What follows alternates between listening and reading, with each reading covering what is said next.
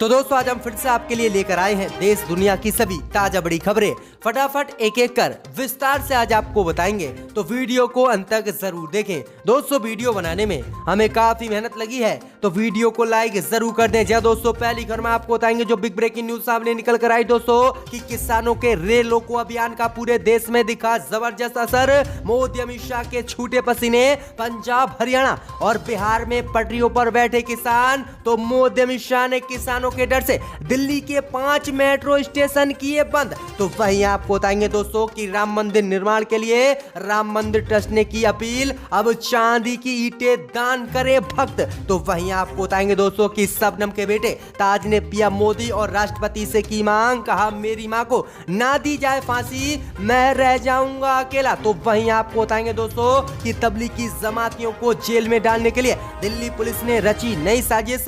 विदेशी तबलीगी जमातियों को दिल्ली में घर देने वालों के खिलाफ दिल्ली पुलिस ने मुकदमा किया दर्ज। तो वहीं आपको बताएंगे दोस्तों कि भाजपा ने राहुल गांधी को दिया ऑफर, कहा दलित लड़की से राहुल गांधी करे शादी, सरकारी योजना के तहत देंगे 2.5 लाख रुपए। तो वहीं आपको बताएंगे दोस्तों कि किसानों को लेकर सुप्रीम कोर्ट ने मोदी अमित शाह को लगाई फटकार, कहा किसानों की आवाज बंद करने के लिए मोदी सरकार नहीं लगा सकती किसानों पर राजद्रोह का केस। कोर्ट ने आरोपियों को दी बेल, बढ़ गई है मोदी अमित शाह की मुश्किलें। तो सभी खबरों के एक एक कर बताएंगे दोस्तों, वीडियो को लाइक कर दें।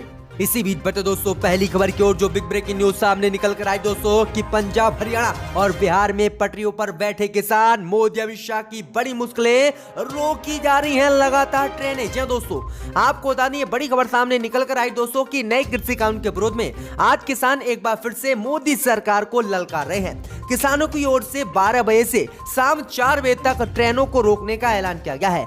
वहीं आपको बता दें कि जहां किसान एक तरफ मोदी सरकार से कृषि कानून को लेकर बातचीत कर रहे हैं, तो वहीं आंदोलन को तेज करने के लिए भारत बंद सहित धरना दे रहे हैं। इसी कड़ी में आज किसान मोर्चा की ओर से पूरे देश में रेल रोको आंदोलन किया जा रहा है। इसी दौरान बिहार सहित कई राज्यों में प्रदर्शनकारी किसानों ने रेल की पटरियों पर बैठकर मोदी सरकार के तीनों नए कृषि कानून का विरोध किया और ट्रेनों को जाम किया। वहीं दिल्ली मेट्रो ने 4 स्टेशनों को एहतियातन बंद कर दिया है। इसके अलावा दिल्ली के नागलोई रेलवे स्टेशन पर भारी संख्या में मोदी सरकार ने पुलिस बल को तैनात कर दिया है। वहीं आपको बता दें कि पटना जंक्शन पर भी किसानों ने ट्रेनों को रोका और पटरियों पर किसान लेट गए हैं। तो वहीं आपको बता दें कि हरियाणा, पंजाब सहित जम्मू कश्मीर में भी जबरदस्त किसानों ने रेल रोको अभियान को किया है और ट्रेनों को रोका है। ट्रैक पर भी किसान लेट गए हैं। तो वहीं आपको बता दें कि पलवल में ट्रैक पर किसान उतर गए हैं और किसानों ने पलवल में ट्रेन को जाम कर दिया है। कई जगहों पर किसानों ने ट्रेन के यात्री सहित ट्रेन के ड्राइवरों का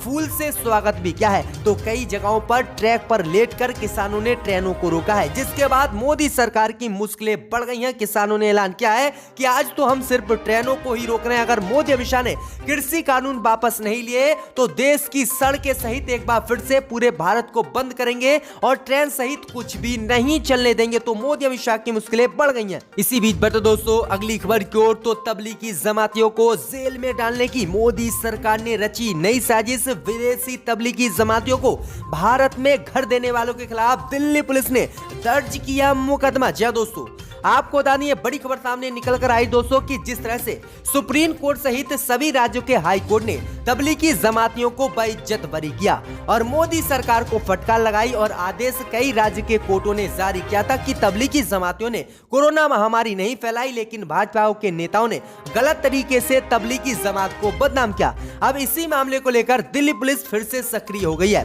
दरअसल आपको बता दें कि दिल्ली पुलिस ने मंगलवार को हाई कोर्ट को बताया है कि कोरोना महामारी से जुड़े दिशा निर्देशों की अनदेखी कर तबलीगी जमात में शामिल होने वाले विदेशी नागरिकों को अपने घरों में रखने वाले लोग के खिलाफ भी मुकदमा दर्ज किया जाएगा। दिल्ली पुलिस ने हाई कोर्ट को ये जानकारी दी है। दरअसल आपको बता दें कि 2 भारतीय नागरिकों ने हाई कोर्ट से इन पर मुकदमा रद्द करने की मांग की थी, लेकिन कोर्ट ने इस मामले को जो है सुनवाई के लिए स्थगित कर दिया है। वहीं आपको बता दें कि 2 लोगों ने कोर्ट में याचिका डाली थी और कहा था कि जो विदेश से तबलीगी जमाती आए थे और जो दिल्ली में रुके थे, जिन लोगों ने उन्हें किराए पर घर दिया था, उन पर आखिरकार दिल्ली पुलिस क्यों मुकदमा दर्ज कर रही है, उनने कौन से दिशा निर्देशों के पालन नहीं किए, इसी को लेकर कोर्ट से मांग की गई थी कि कोर्ट इन याचिकाओं को और इन मुकदमों को खारिज करे और इन्हें राहत दे। लेकिन कोर्ट ने अभी इस मामले पर कोई भी प्रतिक्रिया नहीं दी है और 18 मार्च को इस मामले पर सुनवाई होगी। तो किस तरह से दिल्ली पुलिस फसाना तबलीगी जमातियों के चक्कर में मुस्लिम लोगों को फिराक में है। इसी बीच बैठे दोस्तों अगली खबर की ओर, तो राम जन्मभूमि ट्रस्ट क्षेत्र ने की अपील, अब चांदी की ईंटें दान करें हिंदू। जी दोस्तों, आपको बता दें ये बड़ी खबर सामने निकल कर आई दोस्तों की अयोध्या में बन रहे राम मंदिर के लिए श्रद्धालुओं की बड़ी संख्या में चांदी की ईंटें दान की जा रही हैं। वहीं आपको बता दें कि शुरुआत में जबरदस्त चांदी और सोने की ईंटें राम मंदिर बनवाने के लिए भारत के लोगों ने दान दी थी, लेकिन अब सिर्फ भारत के लोग चंदा ही दे रहे हैं। इस बीच खबर सामने निकल कर आई दोस्तों कि श्री राम जन्मभूमि ट्रस्ट क्षेत्र ने आज अपील की है कि जो भी लोग दान कर रहे हैं वह पैसे दान ना करें और वह अब चांदी की ईंटें दान करें जो राम मंदिर में लगाई जा सके। जी हां दोस्तों, ये बड़ी खबर सामने निकल कर आ रही कि अब राम मंदिर जो बनवा रही है ट्रस्ट, उसने ये अपील भारतीयों से की है कि अब पैसे नहीं बल्कि चांदी और सोने की ईंटें भारतीय लोग दान करें। तो ये बड़ी अपडेट आ रही दोस्तों। इसी बीच बता दोस्तों अगली खबर की ओर, तो शबनम के बेटे ताज ने पीएम मोदी और राष्ट्रपति से कहा, मेरी मां को मत दीजिए फांसी, मैं अकेला रह जाऊंगा। जी हां दोस्तों, आपको बता दें कि यूपी के अमरोहा के बहुचर्चित वावन खेड़ी गांव की गुनाहगार शबनम के डेथ वारंट पर कभी भी हस्ताक्षर हो सकते हैं और जल्द ही अपराधी शबनम को मथुरा जिला जेल में फांसी पर लटकाया जा सकता है। लेकिन फांसी की संभावनाओं को दरमियान शबनम के बेटे ताज ने देश के राष्ट्रपति रामनाथ कोविंद से अपनी मां की फांसी की सजा को माफ करने की मांग की है।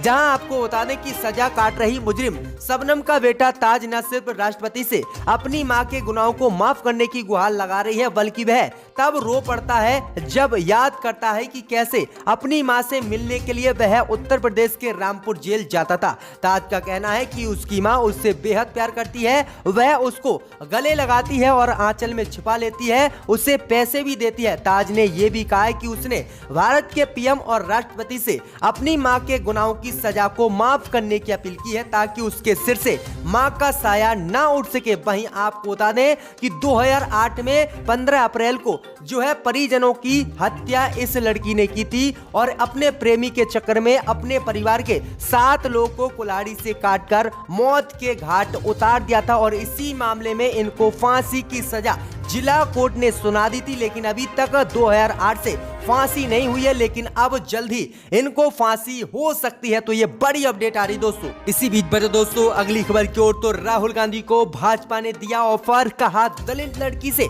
शादी करें राहुल गांधी, मोदी सरकार की योजना के तहत देंगे 2.5 लाख रुपए। जी दोस्तों, आपको बता दें बड़ी खबर सामने निकल कर आई दोस्तों कि केंद्रीय गृह मंत्री और दलित नेता रामदास आठवले ने कांग्रेस नेता राहुल गांधी को सलाह दी है कि वे अगर हम दो हमारे दो स्लोगन के विचार को आगे बढ़ाना चाहते हैं तो दलित लड़की से शादी कर लें।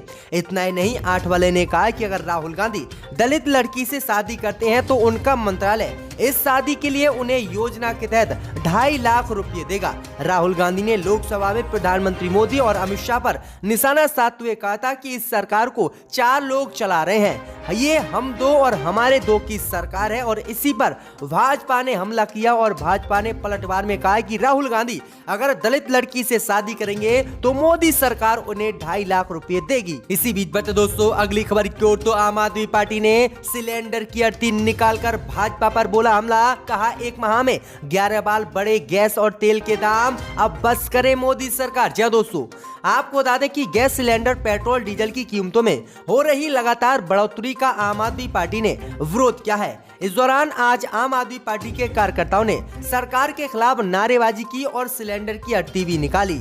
मंगलवार को आप कार्यकर्ताओं ने झांसी कलेक्ट्रेट में गैस सिलेंडर की अर्थी निकाली। कार्यकर्ता अर्थी को इलाइट चौराहे की तरफ ले जाने लगे तो पुलिस ने अनुमति नहीं दी, लेकिन अनुमति ना देने के बाद भी जो है आम आदमी पार्टी के कार्यकर्ता नहीं झुके और मोदी सरकार के खिलाफ मोर्चा खोला और सिलेंडर की आरती निकाली। वहीं आपको बता दें कि आम आदमी पार्टी ने कहा है कि एक माह में 11 बार तेल और गैस के दाम बढ़े हैं, लेकिन मोदी सरकार पर कोई भी फर्क नहीं पड़ रहा है। जहां एक तरफ मोदी सरकार किसानों को देश में तबाह करने में लगी हुई है, तो आम व्यक्तियों की भी जेब मोदी सरकार काट रही है और महंगाई इतनी ज्यादा बढ़ा दी है। तो ये बड़ी अपडेट आई दोस्तों कि मोदी सरकार के खिलाफ कांग्रेस और आम आदमी पार्टी लगातार विरोध कर रहे हैं। इसी बीच बढ़ते दोस्तों अगली खबर की ओर, तो भूटान में सरकार गिराने की रची जा रही थी साजिश, गिरफ्तार किए गए सुप्रीम कोर्ट के जज और कई सैन्य अधिकारी। जी दोस्तों, आपको बता दें कि भूटान में सरकार को गिराने की साजिश सुप्रीम कोर्ट के जज और कई सैन्य अधिकारी रच रहे थे।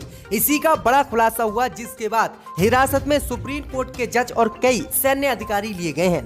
दरअसल आपको बता दें कि भूटान में सुप्रीम कोर्ट के सीनियर जज और एक सीनियर सैन्य अधिकारी को एक जिला अदालत के जज को हिरासत में लिया गया है। इन लोगों पर भूटान के चीफ जस्टिस, आर्मी चीफ और एक शीर्ष कानूनी अधिकारी को पद से हटाने की साजिश रचने का आरोप है। अब पूरे मामले की जांच की जा रही है और हिरासत में लिए गए लोगों से भी पूछताछ जारी है। तो ये बड़ी अपडेट आई दोस्तों कि जिस तरह से म्यांमार में सेना ने कब्जा किया है, इस तरह से भूटान में भी सत्ता का परिवर्तन हो रहा है और कभी भी सेना यहाँ की सत्ता संभाल सकती है। तो ये बड़ी अपडेट आ रही है, लगातार पड़ोसी देशों में सेना सत्ता पर काबिज हो रही है और बड़े नेताओं को जेल में डाल रही है। इसी बीच बढ़ते दोस्तों अगली खबर की ओर, तो राज्यपाल के अभिभाषण के साथ विधानसभा में उत्तर प्रदेश में हुआ जबरदस्त हंगामा। कांग्रेस और बसपा विधायकों ने किया वॉकआउट। जी दोस्तों, आपको बता दें कि राज्यपाल आनंदीबेन पटेल के अभिभाषण से उत्तर प्रदेश विधानमंडल के बजट सत्र की शुरुआत आज हो गई है।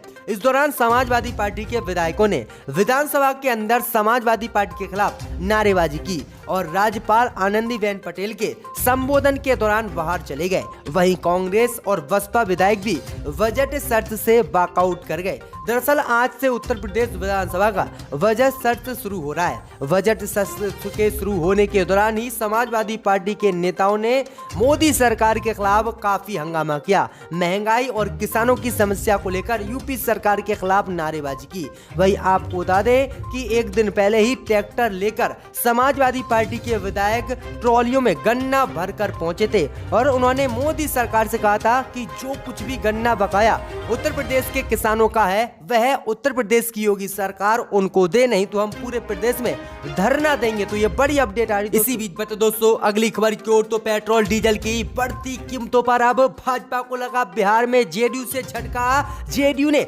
बढ़ती कीमतों का किया विरोध, मोदी सरकार के बजट को बताया खराब। जी दोस्तों, आपको बता दें ये बड़ी खबर सामने निकल कर आई दोस्तों कि पेट्रोल डीजल सहित एलपीजी गैस की कीमतों में लगातार बढ़ोतरी पर अब विपक्ष के साथ साथ मोदी सरकार के सहयोगी दल के नेताओं ने भी अब आवाज उठाना शुरू कर दिया है। बिहार व केंद्र में भाजपा की सबसे बड़ी सहयोगी पार्टी जेडीयू ने पेट्रोलियम पदार्थों की कीमतों में लगातार बढ़ोतरी पर ऐतराज जताया है। जेडीयू के प्रधान महासचिव केसी त्यागी ने कहा कि पेट्रोल डीजल और रसोई गैस की कीमतों को कम करने की मांग हम मोदी सरकार से कर रहे हैं। उन्होंने कहा कि पेट्रोलियम पदार्थ सहित जो रसोई गैस की कीमतें मोदी सरकार ने बढ़ाई हैं वह गलत है और मोदी सरकार ने जो बजट इस मामले को लेकर पेश किया है वह बजट भी खराब है। जी दोस्तों, अब जेडीयू ने मांग की है कि मोदी सरकार बढ़े हुए दामों को वापस ले, जबकि आपको बता दें कि भाजपा के विपक्षी कांग्रेस, आम आदमी पार्टी सहित समाजवादी पार्टी भी लगातार इन चीजों का विरोध कर रही। तो ये बड़ी अपडेट आई दोस्तों कि किसान आंदोलन के बाद देश में